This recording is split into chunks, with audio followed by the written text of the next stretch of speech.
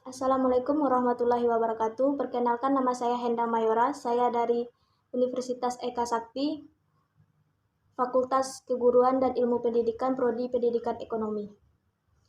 Saya ucapkan terima kasih kepada Ibu Reni Respita SPD MPDE selaku dosen pengampu pada mata kuliah Teori Ekonomi Makro. Tujuan saya membuat video ini yaitu untuk melengkapi tugas saya di Teori Ekonomi Makro. Baiklah, saya akan menjelaskan tentang perdagangan internasional. Perdagangan internasional adalah kegiatan transaksi dagang antara satu negara dengan negara lainnya, baik barang maupun jasa, melalui batas negara. Misalnya seperti Indonesia mengekspor minyak sawit ke Malaysia dan Singapura, dan Cina kita mengimpor barang dari Cina ke Indonesia. Manfaat dari perdagangan internasional yaitu meningkatkan cadangan valuta asing atau devisa negara. Yang kedua yaitu mencukupi kebutuhan akan barang-barang dan jasa yang tidak diproduksi di dalam negeri. Yang ketiga, menjalin kerjasama persahabatan antar negara, memperluas lapangan kerja, dan mendorong semangat prestasi dan bersaing. Menjaga stabilitas harga, menciptakan efisiensi dan spesialisasi, menumbuhkan output di dalam negeri, dan peningkatan pendapatan nasional. Faktor pendorong terjadinya ekonomi internasional yaitu perbedaan sumber daya alam antar negara, yaitu yang kedua adanya perbedaan selera. Tidak semua negara memproduksi sendiri suatu barang, dan adanya spesifikasi, perbedaan iklim, dan perbedaan ilmu pengetahuan dan teknologi atau IPTEK. Faktor penghambat ekonomi internasional. Faktor penghambat perdagangan internasional. Yang pertama yaitu tidak amannya suatu negara, pembayaran antar negara sulit yaitu karena perbedaan mata uang. Yang kedua yaitu tidak stabilnya kurs mata uang. Yang kelima, kebijakan ekonomi internasional yang dilakukan oleh pemerintah dan kualitas sumber daya yang rendah. Selanjutnya kita masuk ke teori perdagangan internasional.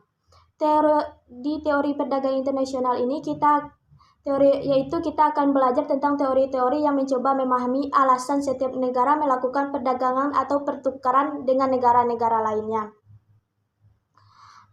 Apa itu teori perdagangan internasional? Teori-teori yang mencoba memahami alasan setiap negara melakukan perdagangan atau pertukaran dengan negara-negara lainnya. Teori perdagangan internasional itu ada 4. Yang pertama merkantilisme, absolute advance, comparative advance, dan deproportional factor theory. Baiklah, kita akan mempelajari yang pertama yaitu teori merkantilisme atau ekspor-impor.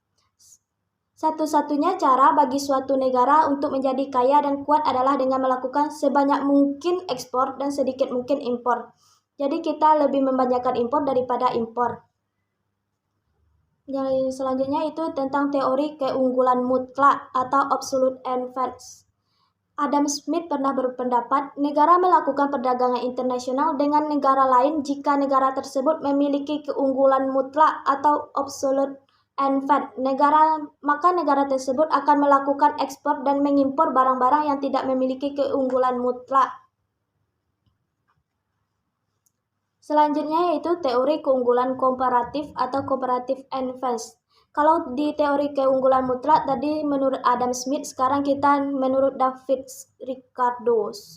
David Ricardo pernah berpendapat yaitu suatu negara dikatakan memiliki keunggulan komparatif karena memproduksi barang dengan biaya yang relatif lebih murah dibanding negara lain.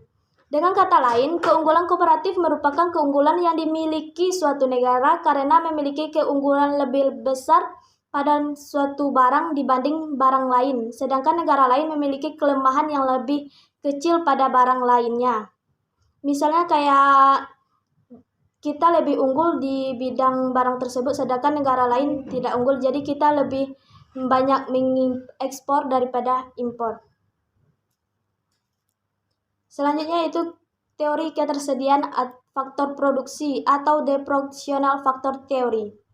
Menurut Hacker atau Ohlin, basis dari keunggulan kooperatif adalah faktor endowment, yaitu kepemilikan faktor-faktor produksi di dalam suatu negara. Yang selanjutnya itu faktor intensity, yaitu teknologi yang digunakan di dalam proses produksi, apakah labor intensity atau capital intensity. Tadi kita sudah membahas tentang teori perdagangan internasional. Selanjutnya kita akan membahas tentang kebijakan perdagangan internasional. Kebijakan perdagangan internasional adalah segala tindakan pemerintah atau negara, baik langsung maupun tidak langsung, untuk mempengaruhi komposisi, arah, serta bentuk perdagangan luar negeri atau kegiatan perdagangan. Kebijakan perdagangan ada 3, yaitu kebijakan perdagangan bebas, perdagangan proteksionis, dan kebijakan perdagangan internasional. Baiklah, kita akan membahas tentang kebijakan perdagangan bebas. Kebijakan perdagangan yang mengingatkan kebebasan dalam perdagangan sehingga tidak ada rintangan yang menghalangi arus produksi dari dalam dan luar negeri. Yang selanjutnya itu kebijakan perdagangan proteksionis. Kebijakan perdagangan proteksionis di PPT kita dapat dilihat, di situ ada kuota, subsidi, premi, larangan impor, dumping, dan diskriminasi harga dan larangan ekspor. Pertama yaitu kuota. Kuota adalah batasan kuantitatif yang diberikan oleh pemerintah terhadap impor atau ekspor suatu barang komoditas. Misalnya, pemerintah meminimalisasikan ekspor dan impor. Selanjutnya yaitu subsidi. Subsidi yaitu bantuan finansial atau kebijakan lain yang diberikan oleh pemerintah kepada industri atau sektor tertentu guna mendorong pertumbuhan atau melindungi mereka dari persaingan global. Yang selanjutnya premi.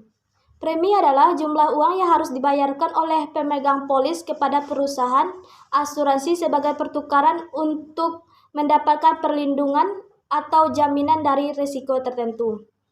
Yang selanjutnya itu larangan impor. Kebijakan pemerintah yang melarang atau membatasi impor suatu barang atau komoditas tertentu ke negara tersebut. Selanjutnya dumping, praktik penjualan barang atau produk di pasar asing dengan harga di bawah biaya produksi atau harga pasar.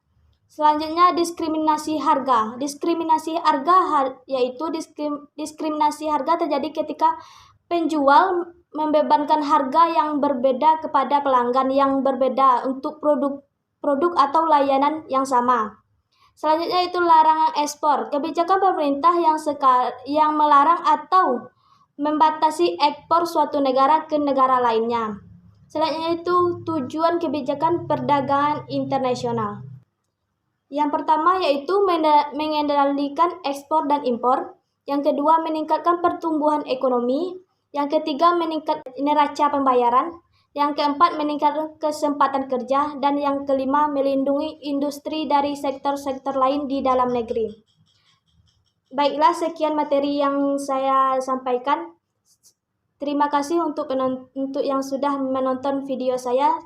Saya ucapkan wabillahi taufiq wal hidayah. Wassalamualaikum warahmatullahi wabarakatuh.